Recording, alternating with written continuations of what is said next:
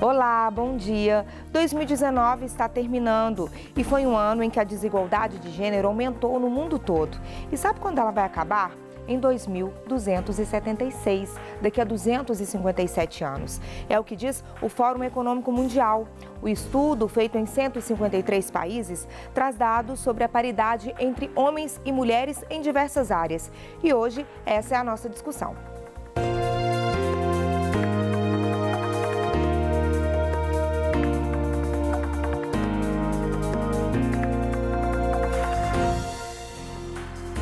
A Islândia é o país mais igualitário do mundo. Aqui no Brasil, temos uma das maiores desigualdades de gênero da América Latina. Estamos em 22º lugar entre os 25 países da região. E sabe onde estão as maiores disparidades aqui? Na participação política e nos salários. E aí, para discutir o tema com a gente, nós convidamos Carolina Dantas, psicóloga de família, e Isabela de Faria Miranda, educadora e fundadora da Indômitas Coletiva Feminista. Bom dia, meninas, tudo bem? Bom dia. Tudo bem? Gente, esse dado aí, a gente está em 22º lugar entre os países da América Latina, que são 25 países. Já era de se esperar essa estatística aqui para o Brasil? Eu acredito que sim. Eu esperaria sim. Além do Brasil ter uma colonização específica dentro da América Latina, né, ser o único país de colonização portuguesa, isso muda significativamente as perspectivas do país. É um país que passa por um processo de negar, né? De negar os problemas, de negar as desigualdades. E quando você nega um problema, é muito difícil de resolver esse problema, né? Então, eu acredito que era esperado, sim. Tem a questão dessa, né, da colonização que a Isabela está citando aí. O Brasil colonial, ele é o reflexo desse Brasil colonial, a gente vê hoje em várias estruturas, em vários contextos, que é o patriarcado ainda tendo muita força nas relações que envolvem os homens e as mulheres, essas relações de gênero. Para ter uma ideia, né, a mulher conseguiu ingressar no curso superior, né, se matricular em um curso superior em 1879 aqui no Brasil. E quando a gente pega essa disparidade, principalmente no ambiente de trabalho, isso tudo é reflexo de uma escolarização tardia que nós mulheres fomos, né, passamos aí por escolarização tardia. Foi negado o direito, vários direitos das mulheres, inclusive o direito ao estudo. E aí, para a gente se igualar, inclusive em nível de escolaridade com os homens, isso demanda tempo, demanda políticas públicas, né, para que a gente consiga chegar pelo menos no nível mais igualitário aí e conseguir postos de trabalho. E demanda o encarar dessa situação também, que é o que a gente estava conversando aqui antes, né, Isabela, de começar o programa, que é a negação que a gente passa muito aqui, do problema que existe. O racismo, por exemplo, a gente também passa por ele. Na questão da desigualdade é isso também, né? É não encarar isso como realidade. Claro que não. A gente vê um processo de que o argumento fica muito, não, mas está melhorando, nós já conquistamos tantas coisas, como se isso fosse, então, um processo de dar uma freada, quando, ao contrário, se melhoramos, algo aconteceu, né? Tem políticas públicas que estão acontecendo por mobilização de grupos, né, no mundo inteiro.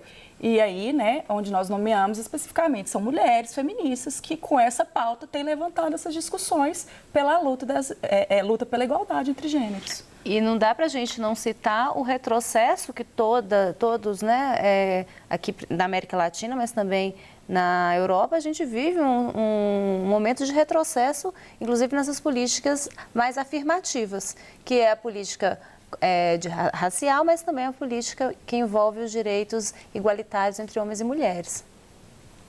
Gente, e aí essa questão dessas disparidades entre homens e mulheres foi divulgado essa semana, né? O ranking desses países, a gente trouxe aí para a gente poder ver o que esses países têm de diferente da gente, quais são as práticas lá. Pedi para colocar um ranking aí para a gente poder comentar. Olha só.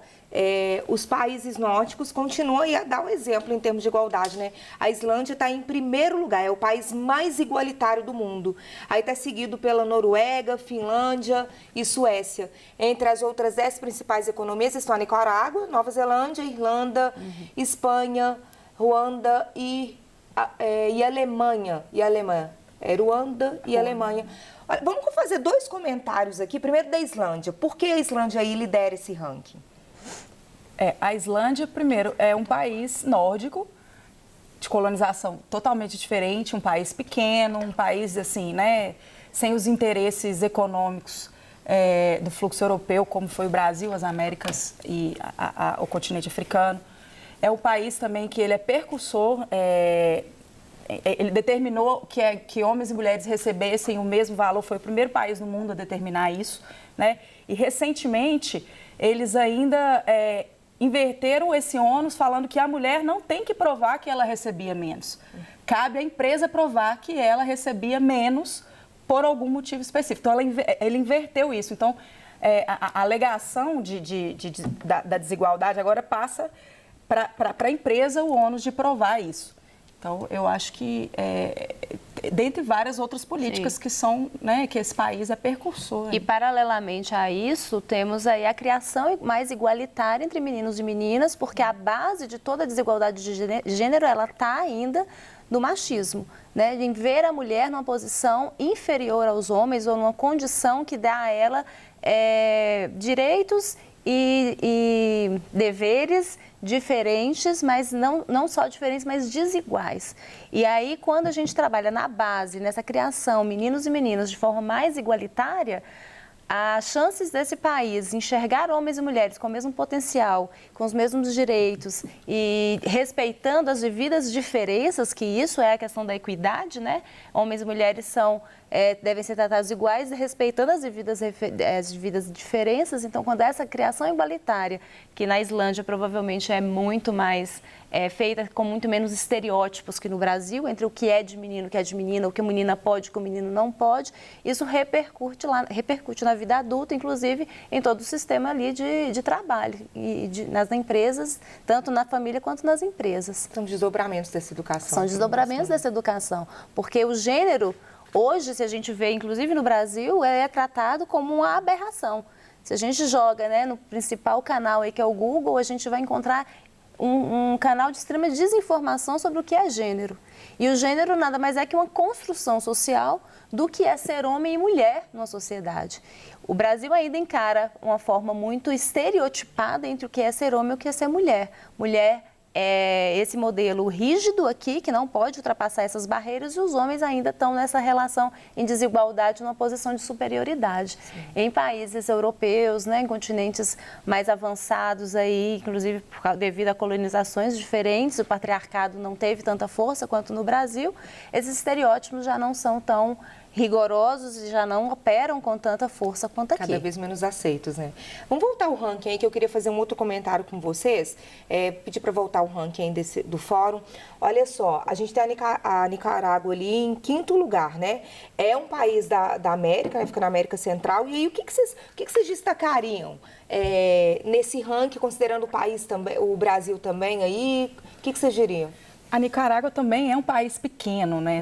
O Brasil, eu acredito, as proporções dele são entrave para várias coisas. É um país que foi dividido entre 13 pessoas, é um país que foi um dos últimos, se não o último, se não me engano, a abolir, entre aspas, né, formalmente, a escravidão. Então, assim, é um país direito ao voto, a mulher, 1917, se não me engano. Isso, o Brasil ele é o último em várias coisas e isso atrapalha o processo educacional. Sim. Que ela mencionou aqui, porque você insiste num país em que as pessoas têm diferenças e essas diferenças representam desigualdades. E aí você perpetua ela em várias... É impossível falar, por exemplo, igualdade de gênero sem ver tantos atravessamentos que temos aí, né? E o Brasil, ele tem todos. Ele não tem um problema, né? Ele é um continente, né? O tamanho de um continente. E torna os desafios maiores, né? Os desafios maiores e a questão das políticas públicas. Elas são afirmadas e necessárias, vistas como necessárias, principalmente a partir de uma não negação do problema, que foi o que a Isabela disse no início. Então, se a gente nega que há o problema, qualquer pessoa ali, né, na estruturação das leis ou das políticas públicas voltadas para as minorias, isso vai ser sempre desqualificado, isso vai ser sempre negado, porque se não tem problema, não precisa resolver. Verdade. Né? Estão me falando aqui que em 2013 a Nicarágua aprovou uma lei, como é que é, Luciano? integral contra a violência cometida contra as mulheres. Olha só, em 2013, né? Isso tudo contribui também para esses resultados que eles começaram a ter e está aí nessa posição do ranking no país da América Latina, né? Essa questão da violência de gênero, ela ocorre ela atravessa todos os setores, né? E ela não é só vista, não deve ser só registrada como uma violência no campo familiar ou numa violência física, mas essa violência psicológica, moral, esse assédio moral que a gente que a mulher ainda recebe, né, nos ambientes, passa no ambiente de trabalho, isso tudo tem a ver com toda essa nossa criação, com nessa desigualdade dessa criação aí, de como que as mulheres ainda são vistas numa posição de subalternidade. É importante, por exemplo, o Brasil ele é uma das melhores legislações de proteção às mulheres no mundo. Então, a Lei Maria da Penha é a terceira melhor lei do mundo. Só que percebe-se que a população, a cultura não acompanha, porque, de fato, a educação ela ainda é muito desigual. Né? É o que ela falou, se não passar por ela, não há outras alternativas porque que vão resolver o problema. Exatamente. Senão fica enxugando gelo. Eu trabalho com masculinidades e eu trabalho, então, diretamente com homens. É difícil fazer com que eles produzam sentido naquilo que a gente está tentando passar. Você não pode, não é como se fosse, você não pode bater numa mulher. Mas por que eu não posso? Esse sentido não foi produzido. Se você ligar uma TV num canal infantil, você olhar as propagandas, aquilo é crime. A objetificação da mulher ainda é muito... é crime. É em impressionantes lugares, as caixas que colocam as mulheres e as caixas que colocam os homens, e os resultados disso são muito graves. É o que a gente vê na violência e tudo. Só complementando o que você estava analisando aí a questão da Nicarágua, que ficou em 5º lugar nesse ranking aí. Olha só, essa lei que a gente está falando é a Lei Integral contra a Violência Cometida contra Mulheres, né? Ela é conhecida como Lei 779. Ela estabelece a punição de até 30 anos de prisão para homens que exerçam violência física ou psicológica contra meninas, adolescentes e mulheres adultas. A Lei Maria da Penha, ela é uma lei muito completa, porque ela abrange não só a punição, mas todo o processo que está em volta ali, né, de inclusive a ressocialização, e a questão de trabalhar as questões de gênero com os homens que são os agressores. Porém, o que torna a Lei Maria da Penha, apesar de ser a 3ª melhor lei do mundo, aqui no Brasil os índices de violência contra a mulher, o Brasil é o 5º no ranking. A questão cultural. E para a gente mudar uma questão cultural, demanda muito tempo, se isso não for feito de uma forma realmente efetiva. Se isso não atravessar todos os setores, não dá para ser feita apenas em um âmbito ou outro.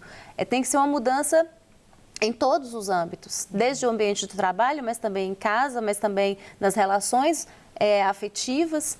Então, isso realmente demanda um tempo, essa mudança cultural. Não é de um dia para o outro e não é a punição que resolve. Porque se a punição por si só resolvesse, a gente não teria vários outros crimes aqui, né? É verdade. A punição, ela é só uma medida extrema ali, mas a conscientização é a melhor arma nesse ponto.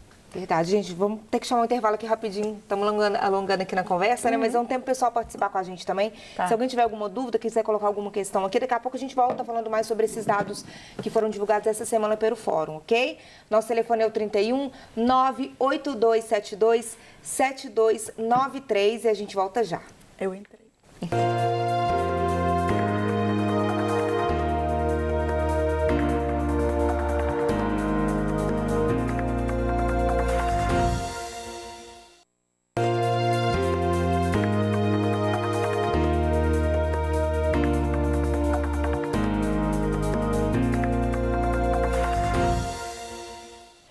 Nesta semana, o Fórum Econômico Mundial publicou o ranking dos países em termos de igualdade de gênero. Cerca de 153 foram alvos da pesquisa e foram avaliadas 4 áreas diferentes: política, economia, educação e saúde. Aqui no Brasil, temos uma das maiores desigualdades de gênero da América Latina. Estamos em 22º lugar entre os 25 países da região. E sabe onde estão essas maiores disparidades aqui? Na participação política e nos salários. E aí, para discutir o tema com a gente, nós estamos recebendo Carolina Dantas, psicóloga de família, e Isabela de Faria Miranda, educadora e fundadora da Indômitas Coletiva Feminista. Vamos falar dessa disparidade no mercado de trabalho? A gente tem os dados também do ranking do Fórum Econômico Mundial, que foi divulgado essa semana, em relação ao mercado de trabalho. Vou mostrar aí para vocês. Olha só, gente, apesar da diferença, né, ser menor do que era há 15 anos, olha só, a desigualdade subiu em 2019, chegando a 257 anos, contra os 202 do ano anterior. E aí, com uma diferença salarial global de 40%, como a gente está vendo aí. Vamos falar sobre esse mercado de trabalho, essa desigualdade aqui no nosso país, gente? Pronto. Primeiro, eu acho que a gente tem que entender um avanço de um discurso, um retrocesso de um discurso religioso.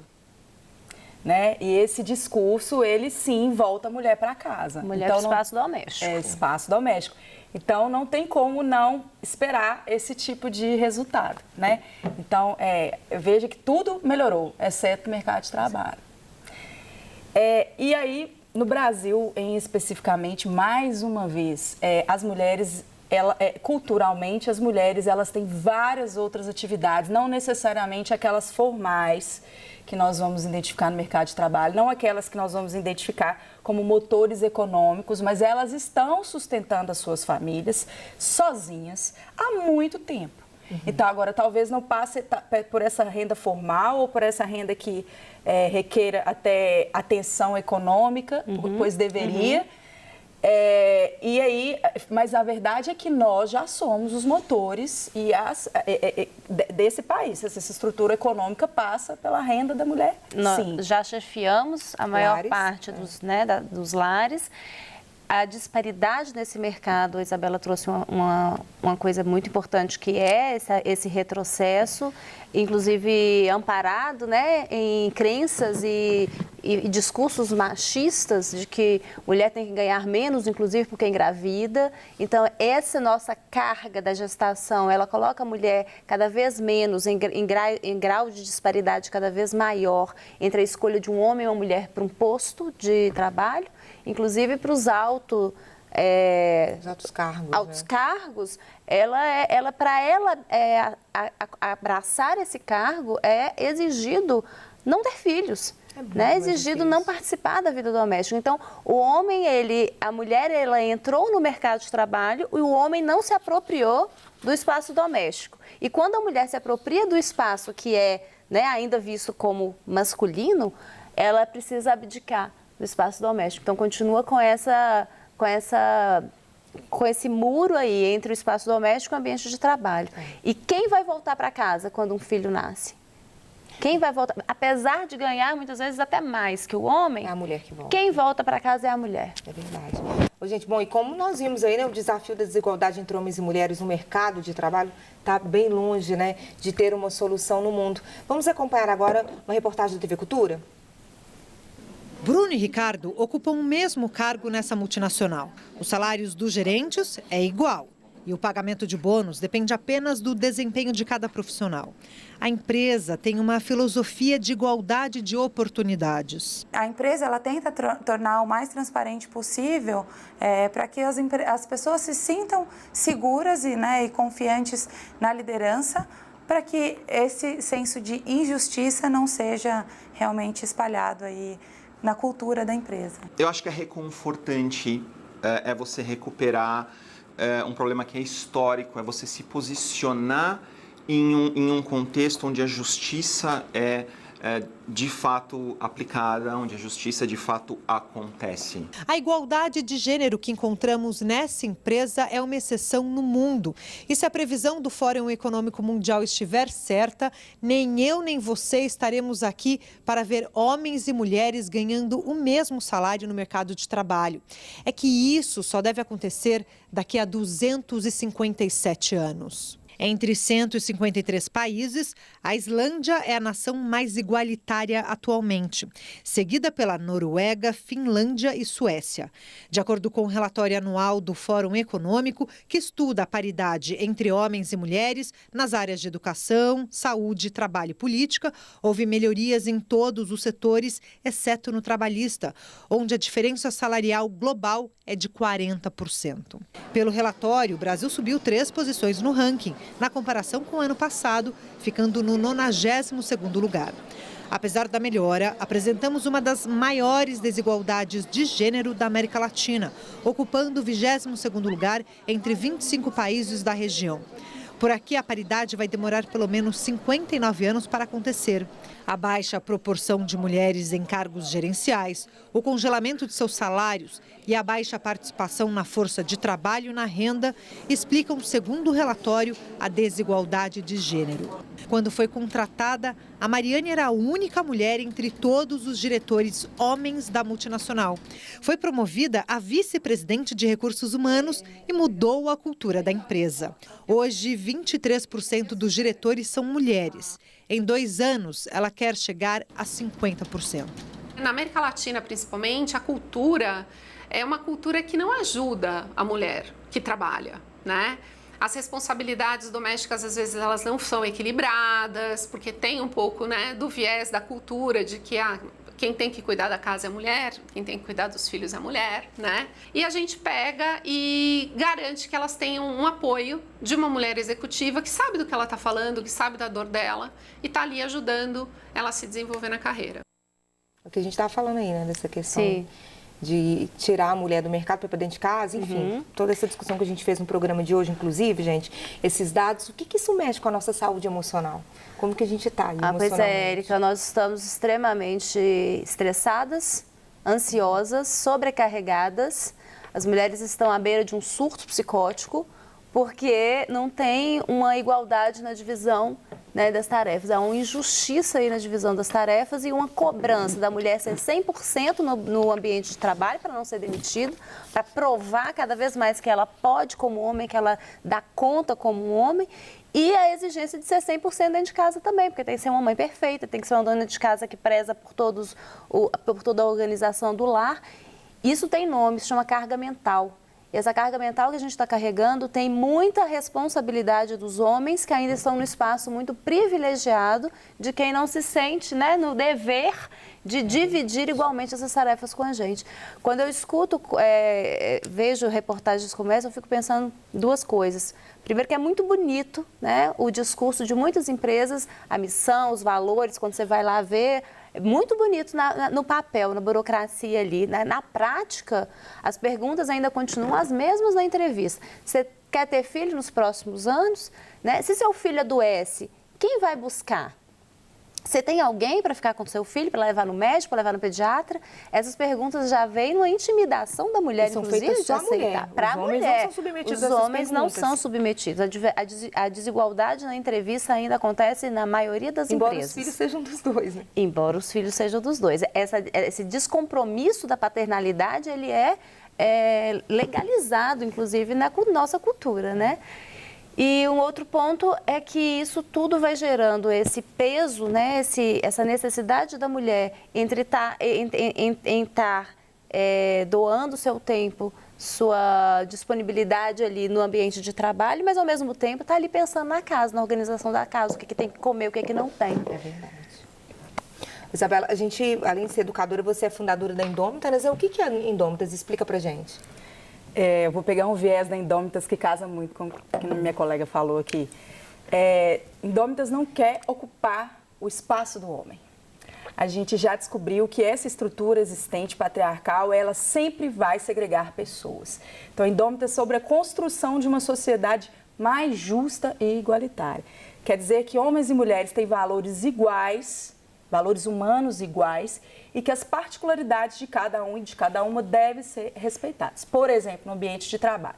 Se você entende que uma mulher é um ser que tem igual valor humano, significa que se ela está com esse ônus ou bônus, né, de gerar um ser, né, significa que a sociedade ela tem que estar pronta para receber aquela mulher naquelas condições, de forma que ela continue fazendo as coisas que ela se propôs, seja no mercado de trabalho, seja em qualquer ambiente, mas que a sociedade receba aquela mulher com aquele filho ou com aquela filha com tranquilidade. E não que ela precise retornar para casa, que é um lugar criado pelo patriarcado para a mulher, em cima da nossa particularidade biológica, tipo, como você biologicamente dá à luz, você fica em casa. Mas não fomos nós que escolhemos isso.